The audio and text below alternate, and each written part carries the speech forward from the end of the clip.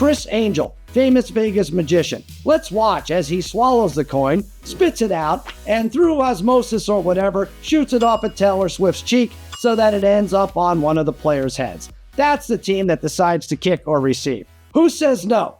Nobody. Speed like that of Xavier Worthy's is better served rescuing a dog from a burning building or dressing as the Flash at children's birthday parties. Let's face it, she is part of the team now. Taylor Swift is basically the emotional strength and conditioning coach. Instead, it was the backup running back who had to seal the deal. This is like if you're on a flight and one of the passengers passes out and then the flight attendant announces, "We have an emergency. Is there a doctor on the plane?" The orthopedic surgeon sitting next to you bravely stands up and says, "I'm sorry, I only do feet, but there's a cashier from Chipotle sitting in 37B who's really excited about ministering CPR. Let's just let him do it." Until then, let's keep our fingers crossed for Tay-Tay Gray. Sounds like the name of a contestant on Love is Blind. I saw dozens of tweets from Swifties laying it all out like they were planning a detailed bank heist. The only thing missing was Steve Kornacki weighing in with his big predictive video board. A two-team teaser with both favorites just to win. It's the Donna Kelsey double down. For instance, 42 straight times Mike Tomlin has selected Renegade as his karaoke song, earning applause each time. 10 straight visits to Permanente Brothers without vomiting. Pretty impressive. We might as well be communicating with actual zebras. Maybe subconsciously, I'm hoping a polar bear is going to attack Robert Saleh while he's tossing a challenge flag. SoFi is going to have so many Cowboys fans, the joint is going to look like a Dave & Buster's in Arlington. It's going to be tough for a lot of the diehards to find this game, especially those over 70 years old. Like, my father would sooner find an actual peacock in his pantry than locate this game on his television. If that doesn't work, move on from the t-shirt and Cameron Dicker bobblehead giveaways. LA is a great vacation destination for tourists. It's the same reason why the Fargo Force have 100% locals at their games. But SoFi is a $5.5 billion venue in Hollywood. It should be able to produce a fake earthquake and a zombie apocalypse to scare away the wrongly costumed football junkies. I must have missed something. Did Ebenezer Scrooge purchase the Bills? Next season, we should be giving these snow-shoveling superheroes incentives, just like the players get. If you shovel an entire section of snow, it's an extra $100. If you shovel more than 4 hours, you get your very own Siberian Husky. 8 hours gets you a life-size statue of Josh Allen made out of previously eaten buffalo wings. If this was New Jersey and MetLife was snowed in, Tommy DeVito's agent would have demanded shoveling be a union job while negotiating 1-hour ZD breaks, getting that stadium in playing condition, and also great work burying former offensive coordinator Ken Dorsey in a snowdrift where no one will ever find him. A creamsicle-covered clique that has their own traditions, like walking out on a plank and diving into a kiddie pool full of nacho cheese. All right, maybe that won't work. Can we at least space these out longer than it takes for your grandmother to cross-stitch a lampshade? Not really. Eat your vegetables. A two-team teaser with both favorites just to win. It's the Donna Kelsey double down. Pittsburgh is as meh as it gets. They're like season 3 of Ted Lasso married the mashed potatoes at the Golden Corral buffet. I was actually an usher at that wedding. Breathtaking affair. The G-Men would have been better with Danny DeVito as quarterback.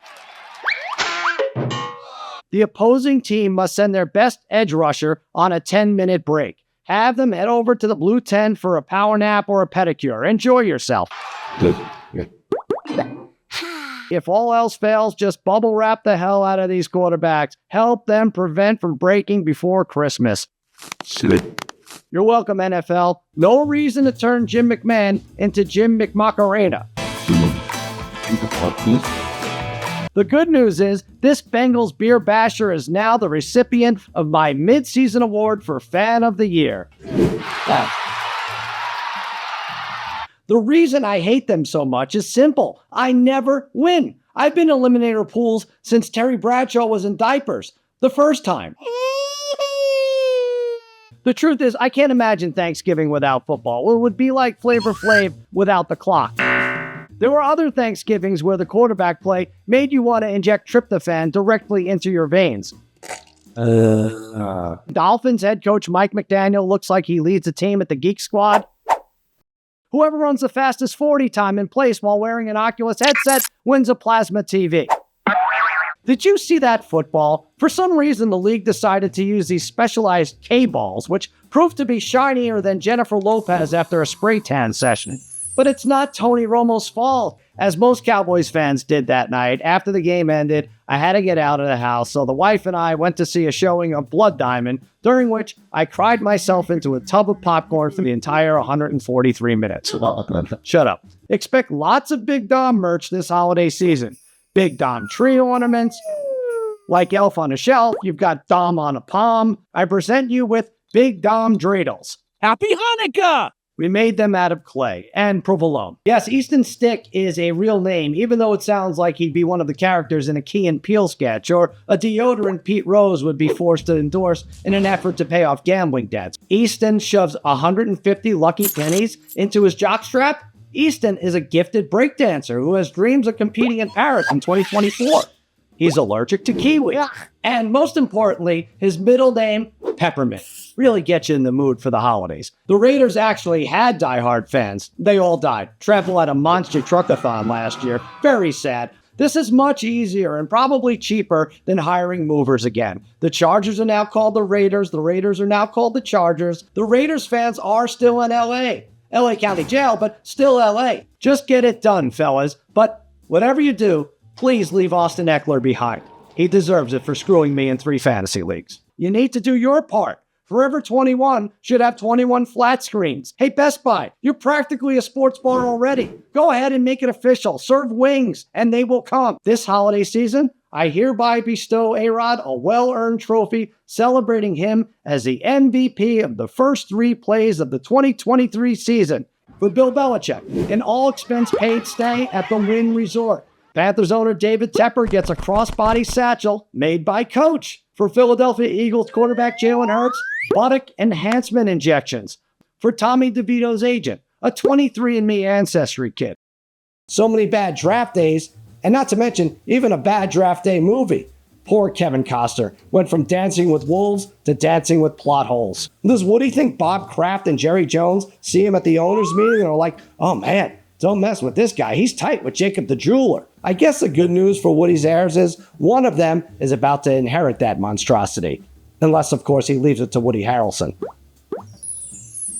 Think about it. 3 fan bases in 1 stadium. The jersey swaps would be terrific. Lee Corso would lose his mind figuring out which mascot head to wear. I think it's safe to say we can at least rule out Baltimore as a landing spot. Sure, this would be a great idea for a new hit reality show called Brother Swap, but that ain't happening. I'm not kidding. Let's go ahead and make it an annual tradition. Every year, take the crappiest garbage game of Week 18 and flex it to Greenland. And then watch the ratings soar.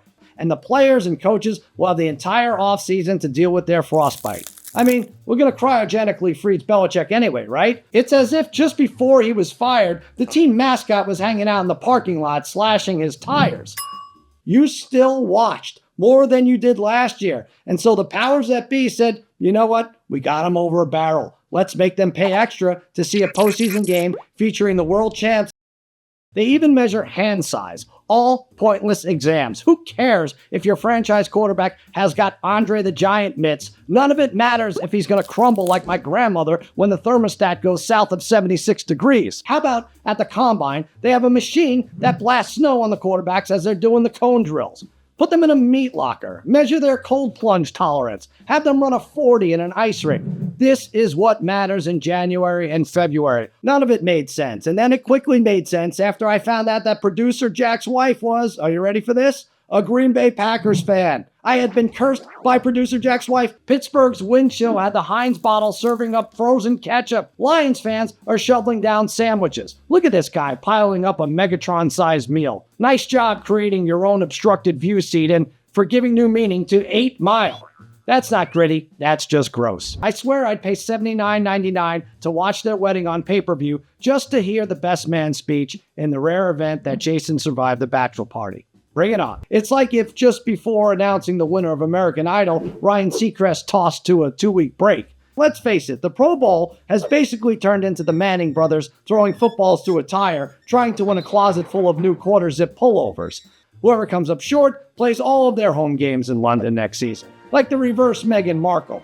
If the game is in Las Vegas, the players and coaches should have to deal with the anguish of watching a blackjack dealer laugh as she pulls 21 on 5 cards. You know what? If Deebo Samuel and Brandon Ayuk want to risk the temptation of botulism by sharing a 99-cent shrimp cocktail at the Horseshoe in the middle of the night, so be it. There is no more patriotic prop than betting on the length of the national anthem. So please rise, remove your caps, and start your stopwatch as we kick off the biggest game of the year with a bet on America's anthem, just like our forefathers intended.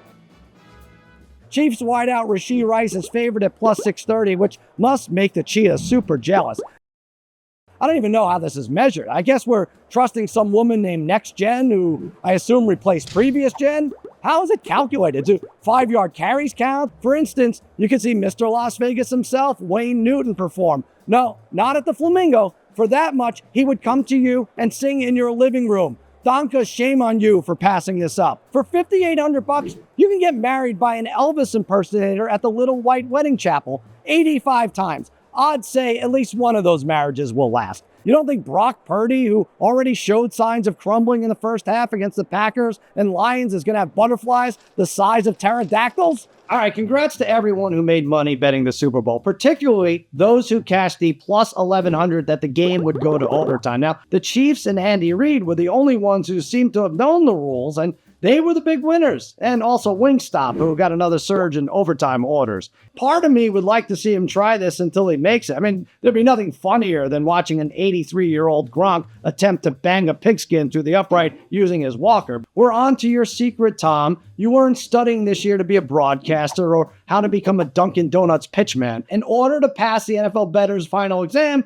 you go with the proven quarterback getting points over the proven mystery that is Kyle Shanahan. Sure, you could still take a stab at tight end twerking times. Look at these underachievers. John Ross, J.J. Nelson, Tyrone Calico, Jerome Mathis, Dree Archer. The only thing quicker than their 40 times was their NFL shelf life. What we're going to do with these useless chains? Have no fear, because I have ideas. Neighbors could use them to figure out property disputes. Nightclub bouncers could utilize them to help people remain in line. And if there's another pandemic, we could use them to make sure people are standing 30 feet away from each other. Trust me, no one's going to miss the 75-year-old official jogging across the field, sticking his foot in the mud and dropping a field marker into the ground like he just discovered the Ottoman Empire. At least let me pay the tip. Well, that's what the Steelers are doing. They're paying for just the tip of Russell Wilson. Russell Wilson is more of a Versace collared quarterback. Not to mention, what is Russ's wife Ciara going to do in Pittsburgh?